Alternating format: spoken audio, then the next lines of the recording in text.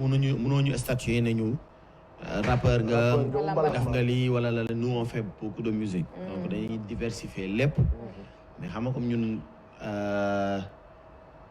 Diourbel lañ dëkk te nekk ay taalibe Serigne Touba ñun lu ñuy def Serigne Touba lañ koy tijjee donc su waree saf Baye Fall da koy saf saf parce que gars yi en fait loolu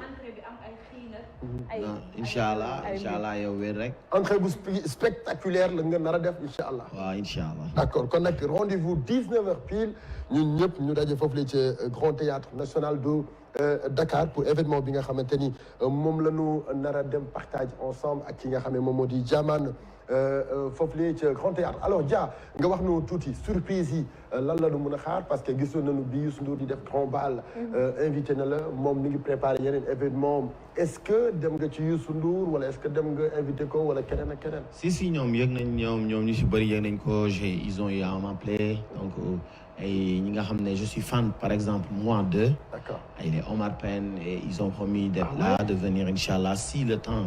Mais pour grand yi xam naa ne ak seen manifestation yi ak yooyu.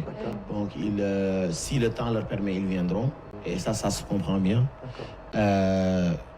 Parce que ku ci nekk si moment bi nga nekk nii xam nga spectacle la ñu bëri parce que ak approche hivernage bi les gens ils vont essayer de faire beaucoup d'événements mais il y aura beaucoup quand même de surprises il y aura des artistes qui sont dans mon album il y aura Deep il y aura Nix il y aura As The Best il y aura Amira il y aura Selma dans mon groupe il y aura tout le monde il y aura Ahmada donc moo tax ma ne la concert bi dina jógee si rap bi dem si étape bi jógee ci loolu dem si rap bu dëgër bi jógee si loolu dem si rap bu xaw a neex bi jógee si loolu dem si luy yëngal nit ñi jógee si loolu dem si luy wax ak nit yi est-ce que mën nañu gis sur scène Express ouais ngeen taxaw ensemble bien sûr nous on est toujours soudés Express c'est là Express d'accord kon dinañ am occasion gisaat leen ngeen nekk inchallah sur scène inchallah ngeen fàttali ñu ay sama baay moo seen baay inchallah su ko da ngeen ñu koy fàttali mais bien sûr yow ak léegi maa ngi nii bi xale yi jàngee way ñëpp dinañ tax ñu ñëw moom réer inchallah dafa am benn image boo xam ne bëgg naa ñu xoolandoo ko ensemble mi ngi ci réseaux sociaux yi partout Diamane ci côté social kenn dootu ko waxati Diamane ni mu mel envers ci yenn nit yi image bi Ndiaga su fekkee mën nañu ko xool très rapidement voilà lii symbole la mën nga nu fàttali lii lan la ak naka la demee woon. ok d'accord. yeah Manda. waaw non lii c'est un concert que je devais faire à Goudiri. d'accord. donc vu que man dama bëgg ay genre case yu mel nii des trucs comme ça. d'accord. donc ñun ñu paanoon si yoon bi. tu vois am crevaison ñu dem si benn village bu tudd Koucha. et quand on est parti là-bas il y avait pas mal de jeunes filles jeunes garçons autour de moi qui chantaient la chanson Réer di way.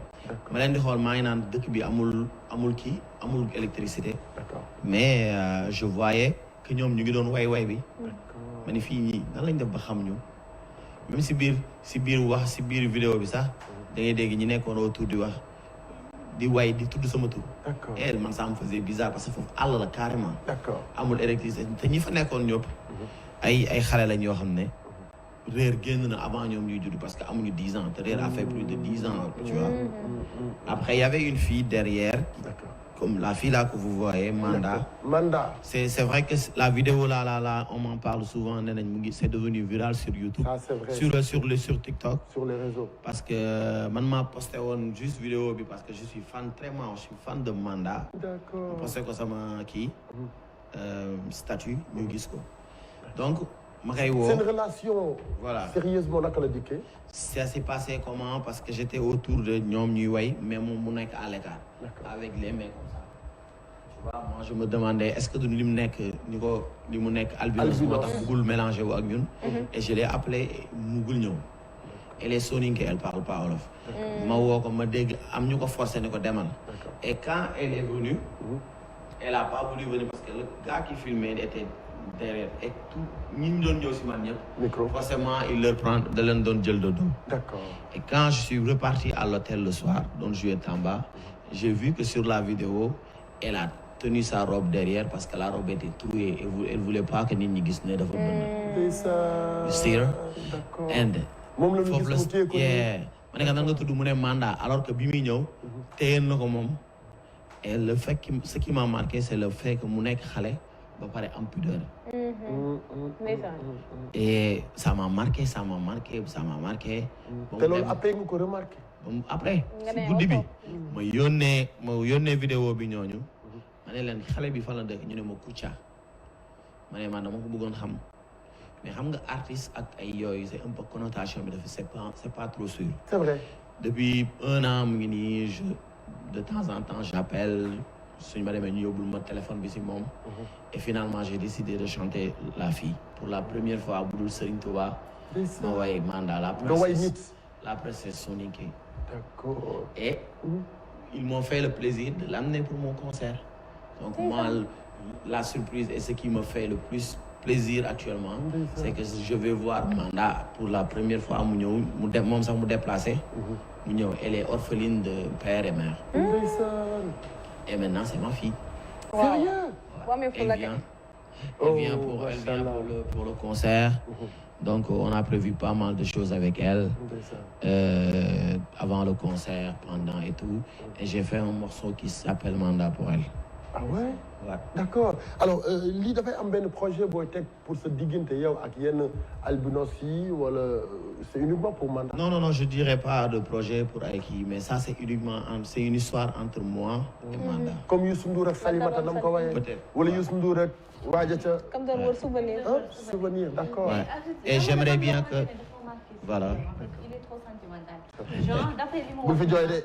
Pleurer pour aller jooy de. Yi moom pire mu jooy. Le gars il est trop sentimental. Genre suy woy mbëggeel wala muy woy dara wala comme ay nday xam nga woy du woy mbëggeel mais genre da ngay sentir woy bi.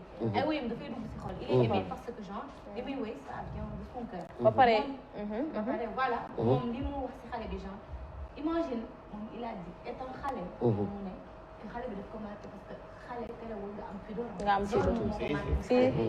Ça n'a rien à voir avec, pour dire vrai, ça n'a rien à voir avec marketing ou qui que ce soit. Moi, je suis en train de prendre La Fille en charge parce que je l'aime beaucoup parce que depuis boobu ba léegi j'essaie de prendre soin d'elle. Et quand j'ai posté la vidéo, j'ai vu aussi que pas mal de personnes ont dit que dañ koy ñëw indil ay valises, des personnes qui vont l'aider, qui vont l'appuyer, et moi-même qui peut-être va le faire. C'est ça. D'accord. Très bien. Donc dañuy remercier bu baax sunu partenaires yi tax te li des ci temps bi bariwul te war nañu annoncé numéro bi Ndiaga nga mel ñu 2 minutes ñu tàggatoo ak téléspectateurs yi. Merci ki nga xamante ni moom moo di Fayda design depuis foofu la ca Nord Foire mi nga xam ne moom moo ñu habillé numéro téléphone am di